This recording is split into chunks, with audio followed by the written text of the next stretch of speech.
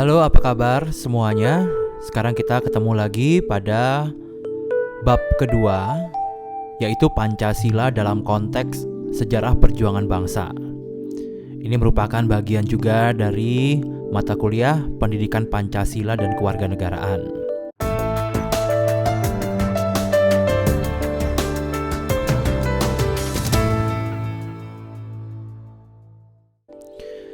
Baiklah, yang kita bahas yaitu nilai-nilai perjuangan bangsa. Dalam konteks sejarah perjuangan bangsa dibahas mengenai asal mula dari nilai-nilai Pancasila. Hal ini berguna untuk menegakkan negara dan bangsa Indonesia. Nilai-nilai perjuangan bangsa dapat dibagi di dalam beberapa nilai yang penting. Yang pertama, nilai persatuan, yang kedua, nilai pendidikan, dan yang ketiga adalah nilai kesejahteraan. Ketiga nilai ini menjadi dasar perjuangan bangsa Indonesia dalam mewujudkan nilai-nilai Pancasila sebagai dasar negara Indonesia yang merdeka. Dan sebenarnya, sampai sekarang pun, nilai-nilai ini masih menjadi prioritas perjuangan bangsa Indonesia. Supaya kita gampang untuk memahami terbentuknya nilai-nilai Pancasila dalam konteks perjuangan bangsa di Indonesia, kita dapat lihat dari beberapa tonggak sejarah bangsa Indonesia. Dan di dalamnya terdapat nilai-nilai yang telah dimiliki oleh bangsa Indonesia, misalnya nilai adat istiadat, nilai kebudayaan, dan juga nilai religiusme. Tonggak-tonggak sejarah perjuangan bangsa Indonesia. Beberapa tonggak sejarah perjuangan bangsa Indonesia secara historis terutama dalam menggali nilai-nilai Pancasila yang ada dalam masyarakat, budaya, serta agama adalah: yang pertama, zaman kerajaan; kedua, zaman penjajahan; ketiga, zaman kebangkitan nasional; empat, BPUPKI; dan yang kelima, proklamasi dan PPKI. Kita bahas yang pertama, yaitu zaman kerajaan, meliputi kerajaan Kutai, Majapahit, Kalingga, Sriwijaya, dan lainnya. Setiap kerajaan ini memiliki nilai-nilai yang mencerminkan pelaksanaan nilai-nilai Pancasila. Karena itu, ada beberapa nilai sejarah yang mencerminkan nilai-nilai Pancasila. Pertama, menurut Bambang Sumadio, ada nilai sosial politik dan ketuhanan yang dilaksanakan oleh masyarakat Kutai zaman Raja Mulawarman yang terkenal dengan prasasti 7 Yupa atau tiang batu. Kemudian menurut Mr. M. Yamin, berdirinya negara kebangsaan tidak terpisah dari adanya kerajaan besar seperti Kerajaan Sriwijaya dan Majapahit. Menurutnya ada 3 tahap terbentuknya negara kebangsaan Indonesia. Tahap pertama yaitu zaman kerajaan Sriwijaya di bawah Wangsa Syailendra pada tahun 600 sampai dengan 1400. Ini bercirikan kedaulatan. Kemudian tahap kedua, kerajaan Majapahit tahun 1293 sampai dengan 1525. Ini bercirikan keprabuan. Tahap ketiga adalah negara kebangsaan modern, yaitu negara Indonesia merdeka. Pada zaman kerajaan Sriwijaya ditandai oleh nilai-nilai Pancasila.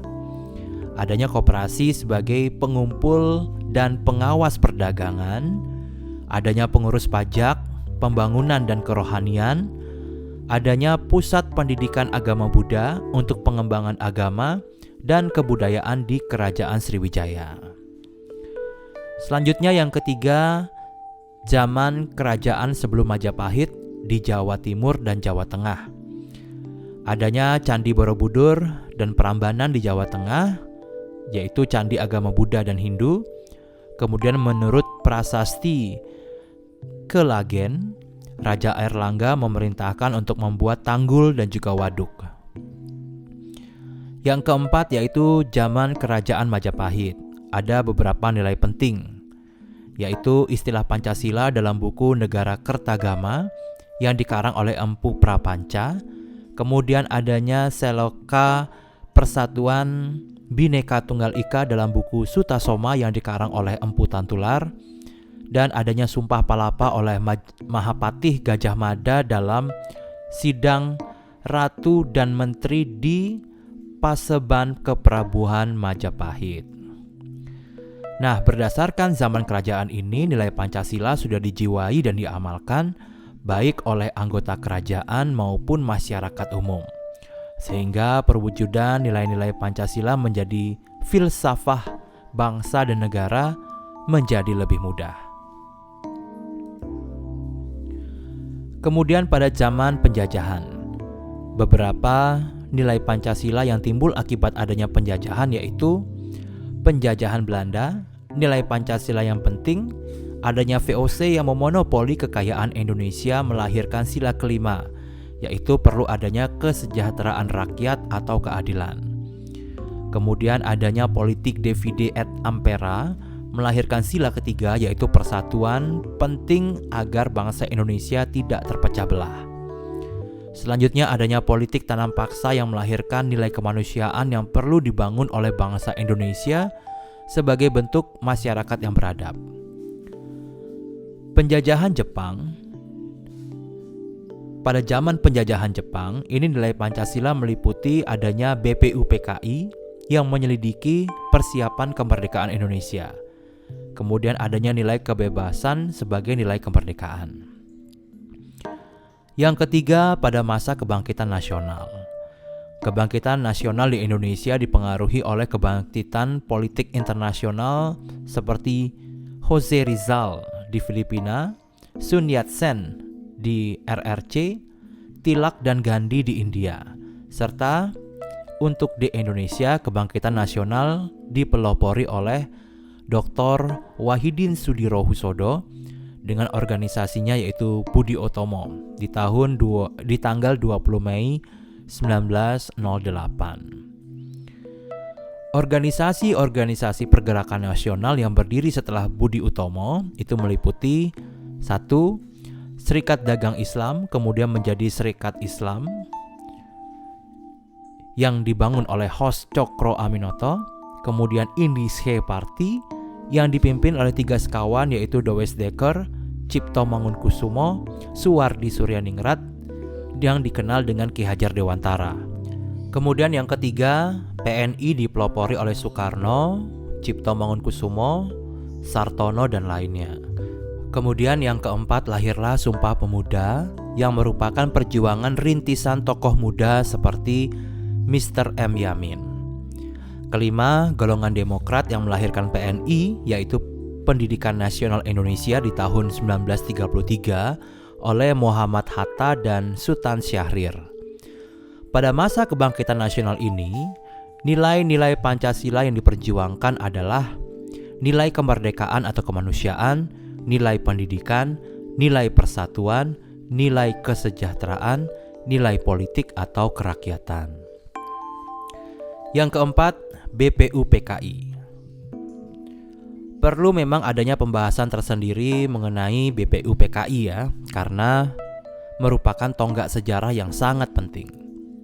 Disinilah awal dibicarakannya dasar filsafat bangsa Indonesia.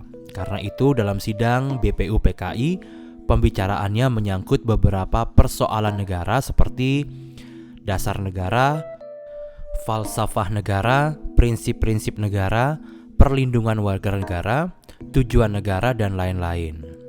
Sidang BPUPKI pertama tanggal 29 Mei sampai dengan 1 Juni 1945. Nah, pada sidang ini ada 3 pembicaranya yaitu Mr. M. Yamin, Mr. Supomo, dan Insinyur Soekarno. Mr. M. Yamin.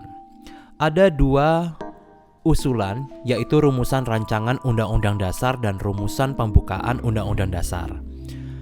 Menurut Pringgodikdo, naskah usulan rancangan Undang-Undang Dasar dan pembukaannya adalah sebagai berikut.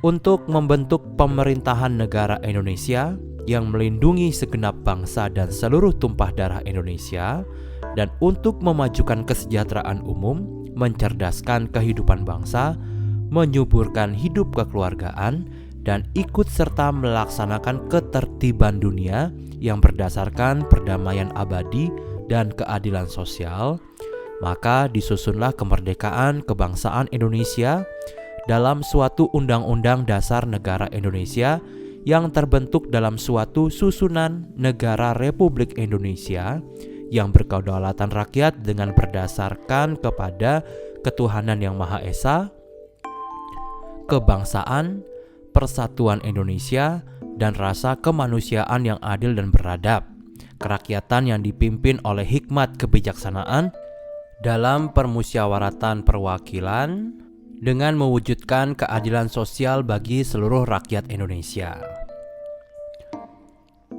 Jadi di sini yang dibicarakan pada pidato M. Yamin menyangkut beberapa hal, yaitu satu, mengenai prinsip dasar kemerdekaan atau HAM pada bagian pembukaan. Yang kedua, mengenai tujuan dari negara Indonesia merdeka. Ketiga, mengenai politik Indonesia. Dan yang keempat, mengenai perlindungan terhadap bangsa Indonesia. Yang kedua, dari Profesor Dr. Supomo. Supomo mengemukakan beberapa teori kenegaraan, yaitu satu, teori negara perseorangan yang intinya negara adalah masyarakat hukum yang disusun atas kontrak antara sejumlah individu. Kemudian teori golongan atau kelas oleh Karl Marx, negara adalah alat bagi kelas untuk menindas kelas lain. Yang ketiga, paham integralistik diantaranya adalah Spinoza, negara adalah menjamin keseluruhan rakyat sebagai suatu persatuan. Menurut apa yang dibaca dalam literatur, bahwa teori-teori Supomo ini menghendaki persatuan seluruh rakyat dengan pemerintah, tidak adanya perbedaan kelas dalam masyarakat, yaitu pada sila kelima, dan perlu memperhatikan kedaulatan rakyat atau aspirasi rakyat. Kemudian yang ketiga, Insinyur Soekarno. Menurut beliau, Pancasila merupakan dasar filsafat negara dan pandangan hidup bangsa atau filosofis Grondslag. Pada sidang BPU PKI kedua, tanggal 10 sampai dengan 16 Juli 1945, pada sidang kedua ini intinya ada beberapa keputusan penting, yaitu adanya Panitia 9 yang berhasil merumuskan Pancasila dalam suatu pembukaan hukum dasar. Kemudian adanya perubahan dari hukum dasar menjadi undang-undang dasar di tanggal 15 Juli 1945. Kemudian mengenai bentuk pemerintahan, yaitu republik. Mengenai luas wilayah, yaitu Indonesia Raya, kecuali Irian, Morotai, dan Tarakan yang dikuasai oleh Jepang. Dibentuknya panitia kecil yang meliputi panitia perancang Undang-Undang Dasar diketuai oleh Insinyur Soekarno, panitia ekonomi dan keuangan diketuai oleh Dr. Andes Muhammad Hatta, dan juga panitia pembelaan tanah air diketuai oleh Abi Kusno. Hasil dari sidang panitia ini adalah diusulkannya susunan rancangan Undang-Undang Dasar, yaitu Pernyataan Indonesia Merdeka, pembukaan, pasal-pasal Undang-Undang Dasar. Kemudian yang kelima, masa proklamasi. Masa ini dimulai dari pembentukan PPKI yang semula dibentuk oleh Jepang, kemudian berubah menjadi Komite Nasional yang menyelenggarakan Undang-Undang Dasar. PPKI diketuai oleh Insinyur Soekarno dan Muhammad Hatta sebagai wakil anggota pertama 21, dan setelah menjadi komite ditambah 6 anggota lagi. PPKI bersidang 4 kali, yaitu sidang pertama tanggal 18 Agustus 1945 menghasilkan keputusan, yaitu 1. Mengesahkan Undang-Undang Dasar 1945, memilih presiden dan wakil presiden, membentuk KNIP sebagai badan musyawarah yang diketuai oleh Mr. Kasman Singodimedjo. Kemudian sidang kedua pada 19 Agustus 1945 ini menghasilkan ketetapan, yaitu 1. Tentang daerah provinsi, yaitu ada 8 provinsi, dan yang kedua ditetapkan 12 departemen. Kemudian sidang ketiga pada tanggal 20 Agustus itu dibentuknya Badan Keamanan Nasional, dan sidang yang keempat di tanggal 21 Agustus. Nah, membahas mengenai agenda dari Komite Nasional Partai Nasional Indonesia. Mengenai pentingnya tonggak sejarah Pancasila adalah melalui tonggak sejarah diketahui perjuangan bangsa Indonesia untuk mewujudkan Pancasila. Kemudian melalui sejarah diketahui nilai-nilai Pancasila yang ada dalam setiap masa. Kemudian melalui sejarah diketahui bahwa nilai Pancasila ada dalam agama, adat, dan kebudayaan Indonesia. Kemudian melalui sejarah diketahui mengenai istilah Pancasila serta arti Pancasila, baik dari sudut agama, pendapat masyarakat, dan lainnya. Kemudian yang terakhir, melalui sejarah diketahui bahwa prinsip Pancasila dijadikan dasar filsafah negara, dasar negara, serta ideologi bangsa dan masyarakat. Kemudian juga melalui sejarah diketahui perubahan sila-sila Pancasila sehingga menjadi sila-sila Pancasila yang benar sampai sekarang. Kemudian pembahasan yang selanjutnya yaitu nilai-nilai kebangsaan. Nilai-nilai kebangsaan adalah nilai-nilai yang melekat pada diri setiap warga negara atau norma-norma kebaikan yang terkandung dan menjadi ciri kepribadian bangsa Indonesia yang bersumber dari nilai-nilai Pancasila, Undang-Undang Dasar 1945, NKRI, serta Bhinneka Tunggal Ika yang dicerminkan dari sikap dan perilaku setiap warga negara sebagai bangsa Indonesia yang senantiasa mengutamakan persatuan dan kesatuan bangsa, serta kesatuan wilayah dalam kehidupan bermasyarakat, berbangsa dan bernegara tanpa mengenyampingkan tanggung jawab untuk menghargai bangsa dan negara lain. Yang pertama yaitu nilai-nilai kebangsaan yang bersumber dari Undang-Undang Dasar 1945, itu meliputi nilai demokrasi, nilai kesamaan derajat, nilai ketaatan hukum. Kemudian yang kedua, nilai-nilai kebangsaan yang bersumber dari Pancasila itu meliputi nilai religiusitas, nilai kekeluargaan, nilai keselarasan, nilai kerakyatan, dan nilai keadilan. Yang ketiga yaitu nilai-nilai kebangsaan yang bersumber dari Pancasila meliputi nilai toleransi, nilai keadilan, nilai gotong royong atau kerjasama, nilai solidaritas, nilai kejujuran, nilai kepercayaan, nilai tanggung jawab, nilai kepedulian, dan nilai produktivitas. Nilai yang dominan ini adalah nilai toleransi, keadilan, dan gotong royong.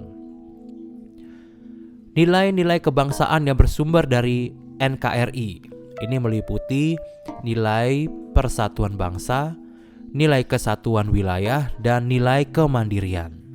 Keempat, nilai-nilai kebangsaan ini disebut dengan nilai-nilai konsensus bangsa yang sebelumnya disebut 4 pilar bangsa. Baiklah, demikian dulu perjumpaan kita untuk materi pendidikan Pancasila dan kewarganegaraan bab kedua, yaitu mengenai Pancasila dalam konteks sejarah perjuangan bangsa. Kita akan bertemu lagi pada pembelajaran yang selanjutnya. Terima kasih, sampai jumpa.